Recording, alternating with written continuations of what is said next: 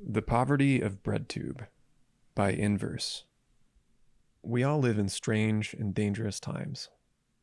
Most of us are trying desperately to make some sense of it. I am no different. Let's begin with something of an introduction. I'm not anyone in particular, just a full-time worker who wants socialism yesterday. The intersection of my material circumstances, my rudimentary knowledge of socialism, and the halcyon campaign of Bernard Sanders led to my long general slide to the left. After the familiar, triumphantly tragic failure that ensued, I sought to deepen my understanding of what went wrong, how it could be different, and absorbed lefty thought to bolster this. Same as anyone who spends any time engaging in the online left space. I've watched a variety of videos on Breadtube, the ubiquitous ContraPoints, Bosch, H-Bomb, Sean, Peter Coffin, The Surfs, and many others. Taken as is, some of their videos are informative, usually well-produced, entertaining for sure. Most of them, I would even say. These days, however, socialism seems to be on the lips of many online left personalities, and yet their understanding of it leaves much to be desired.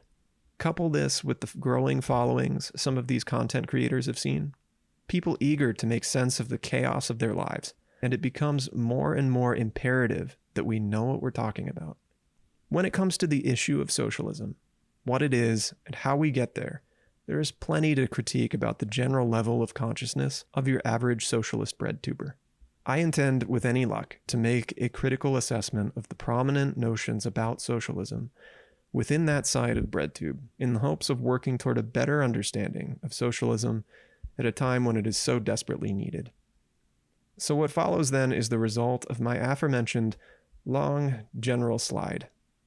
I'll avoid naming specific breadtubers as offenders of these, as I see them at least, misinformed notions. But if you watch some of the few names I listed before, or others, as I do, you can probably imagine who they might be. We should start our investigation at the beginning and define some terms, mostly for those who might not quite be following so far. What exactly is Breadtube? The exact definition is probably up for debate. It's a somewhat nebulous concept, as there is some ambiguity between where it begins and where it ends. What seems particular to it, however, is an association with the popular left. As you can imagine from the name, it largely substantiates itself on YouTube, although it echoes into Twitter and social media as most things on the internet tend to do. Over time, particularly in accordance with the campaign of Bernie Sanders and the beginnings, however illusory, of a progressive movement in his wake, they have taken up, to some degree or another, the title of quote-unquote socialists, or the identification with the tendency at least. As the saying goes, of course, first is tragedy, again is farce.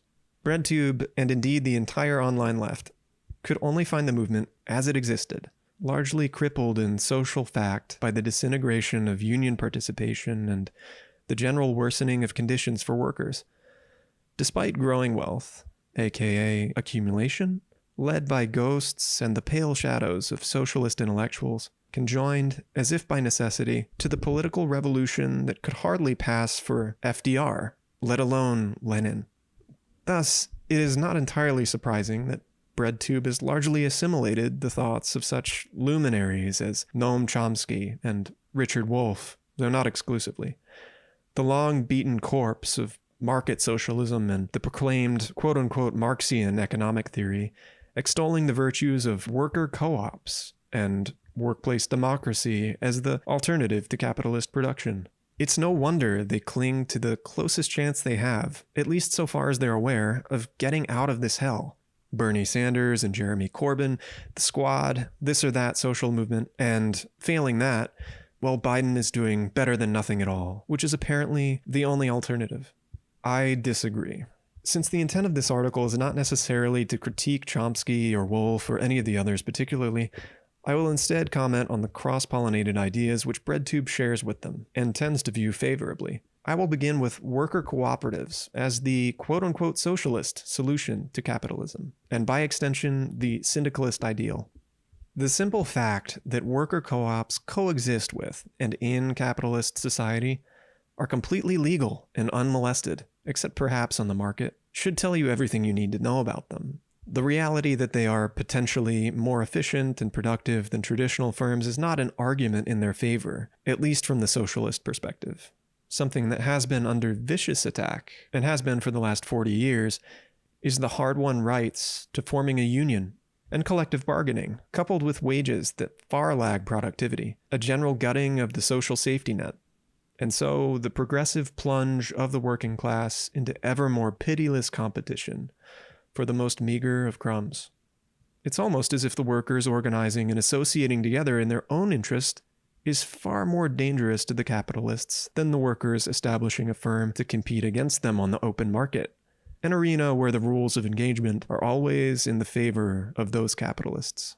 Mondragon, the world's largest worker cooperative, is also the 10th largest company in Spain. And yet Spain has not suddenly become the center of the world socialist revolution because of it. Much less so for any co-op in the world market.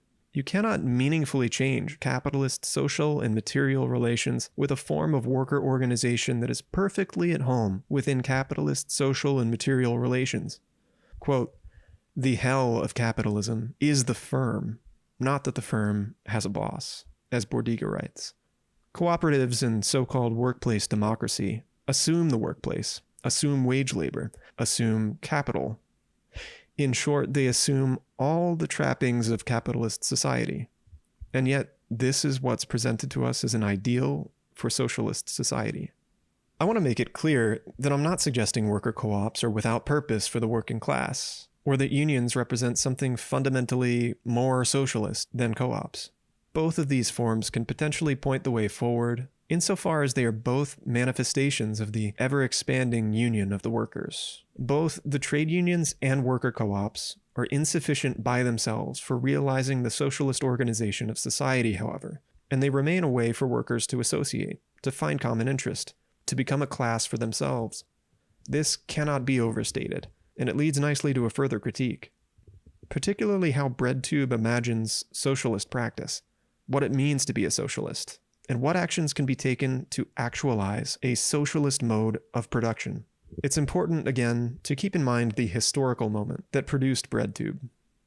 A generation growing up and entering the quote-unquote real world in the midst of a global recession, the continuation of an already extant neoliberal capitalism, but with the shiny gloss of hope and change, rising productivity together with stagnant wages, exorbitant student debt, and no prospects of getting a job that pays a wage high enough to service that debt.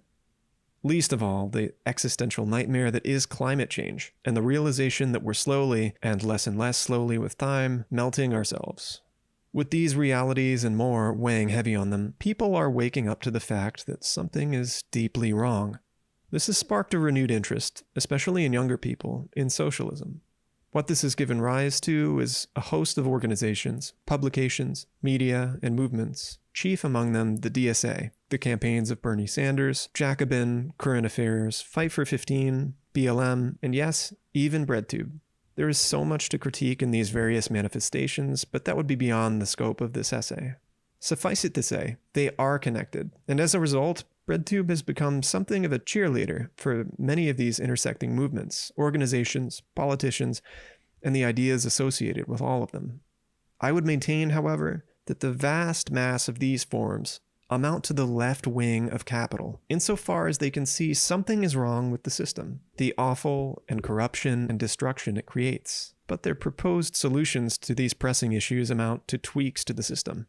They may be significant tweaks, sure, projects and proposals the likes of which the state has scarcely entertained, but there seems to be a general unwillingness to overcome capitalism, even to fundamentally question it, or at least a sense that overcoming it has become impossible.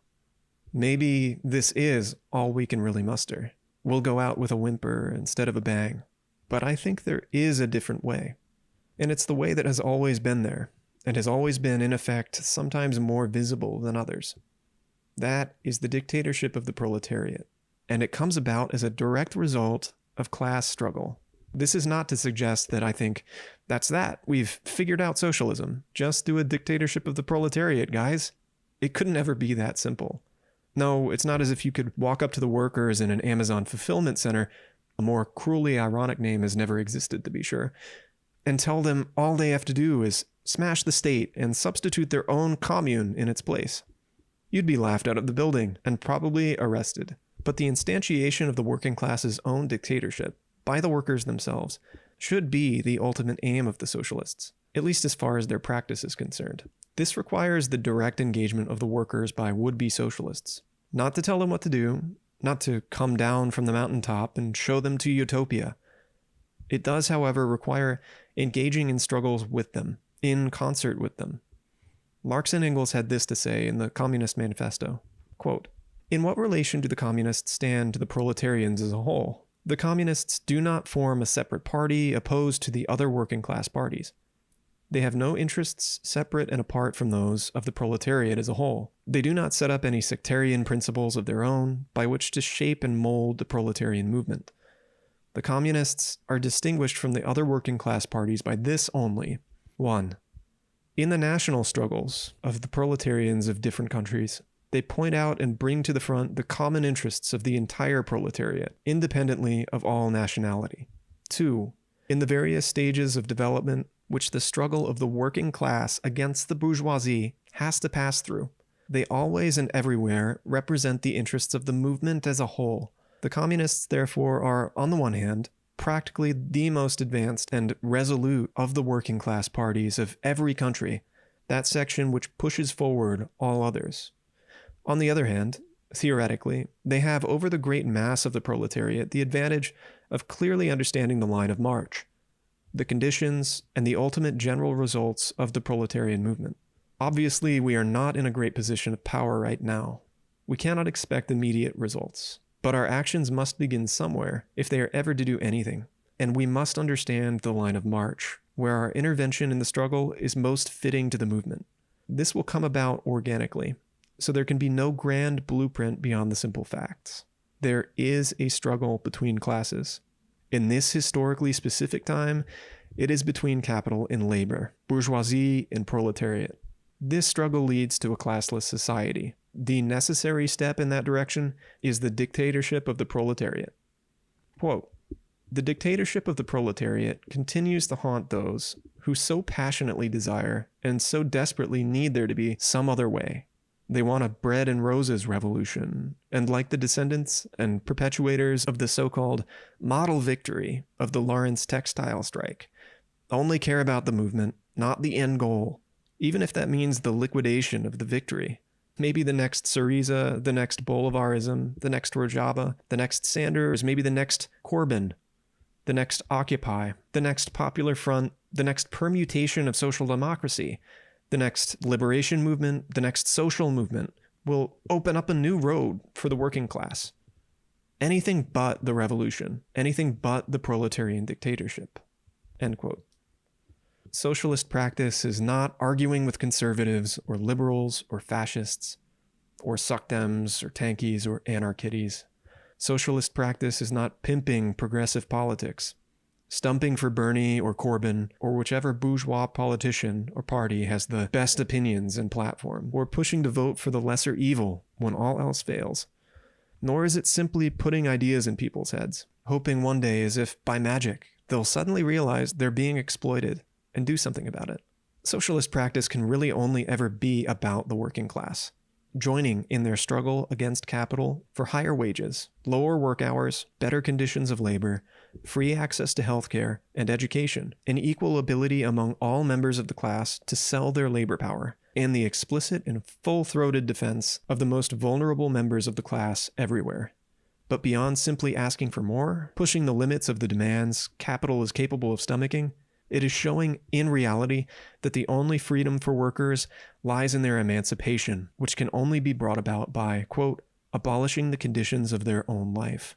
That means the end of wage labor, of capital, of the market, of commodities, of value, and most importantly, the end of the proletariat as a class. This necessity is something you will never hear uttered in a video on Breadtube. Although some Breadtubers would deride the notion of the so-called marketplace of ideas, most of their efforts seem to fall well within this paradigm. Socialism seems to them just an idea among many, a correct opinion to be held, whose horizon can only ever be bourgeois, a platform for some progressive candidate or party to run on, a set of prescriptions meant to make for a better, more humane capitalism. It could not possibly be the outcome of a really existing struggle between classes, a real movement in the world, always there beneath the surface. Such a conception would, after all, require more than proselytizing for this or that politician or policy. It would require real action in the real world, among real workers without pretension. It would, in short, make for bad content. So what's the alternative? Read theory? Act without thinking? Neither of these things seem sufficient. And on an individual level, there seems to be nothing that can be done. Overcoming alienation and atomization, central to the capitalist social relation, has to begin somewhere. It must be in some sort of community with a clear purpose and aim to work together for something better. This would be the primary impetus for writing this article. It may seem, and it's largely true, that there is no easy way to get from where we are to where we want to be. Between that chasm lies knowledge, theory from the source, and the uncastrated history of the class struggle.